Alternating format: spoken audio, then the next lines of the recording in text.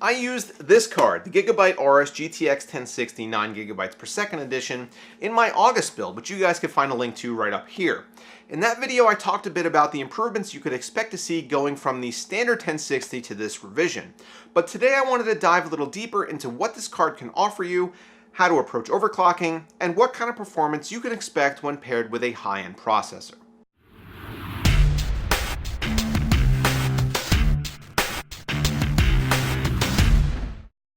The 1060 itself is not a new animal. It's over a year old at this point and has been serving well as the mid-range GPU of choice for many gamers, right up alongside its more powerful sibling, the GTX 1070. In April, Nvidia unveiled some subtle upgrades to both the 1060 and 1080, boosting memory speeds over stock. The 1060 specifically went from 8GB per second up to 9, improving performance marginally. This particular 1060 from Gigabyte also features boosted clocks, with OC mode hitting 1860 MHz while under load, with a base clock of 1632.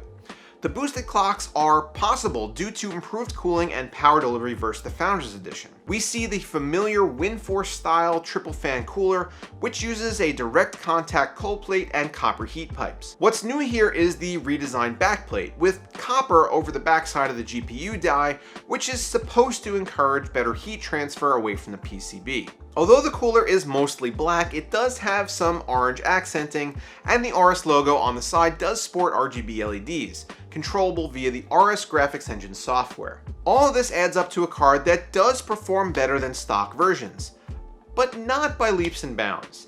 After all, we are still talking about the same GPU beating at the heart of this card. One of the things I noticed when starting to play with some overclocking settings, however, was that while I could only get 100 MHz out of the core, the memory seemed to have endless headroom.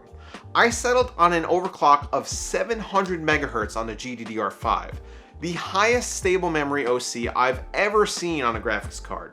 It seems that the faster memory Nvidia has used for this batch of 1060s is more than willing to get pushed even further, as I confirmed with several other reviewers that they have seen similar speeds on similar cards. I think it's safe to say that while these factory overclocked cards can't offer much more in the way of speed from the GPU itself, the memory is ripe for tweaking, and I would recommend that anyone buying this card not leave any of this free performance on the table. With those adjustments made in MSI Afterburner, how does this card perform relative to the Founders Edition 1060? Here are a batch of tests so you can see for yourself.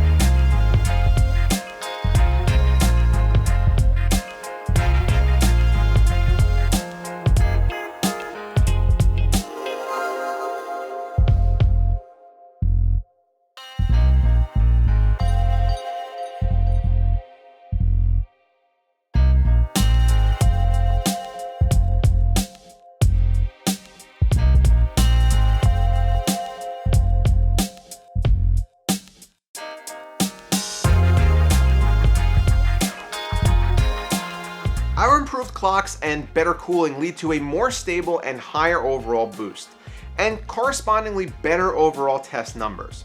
The main benefits here, as with many AIB partner cards, is cooling and noise. The Aorus 1060 maintained temperatures in the high 60s at load even when overclocked, far cooler than any blower style shroud, and without the hair dryer type noise as well. It's good to see that even small tweaks without any real corresponding price bump can yield overall better performance. So if you're considering the purchase of a 1060, do you take into consideration things like faster memory speeds on these 9 gigabytes per second models? Let me know down below in the comments. Also, don't forget that if you like what I do here, consider supporting the channel by checking out my merch store on my website. Get subscribed if you're not already, and as always guys, thanks for watching.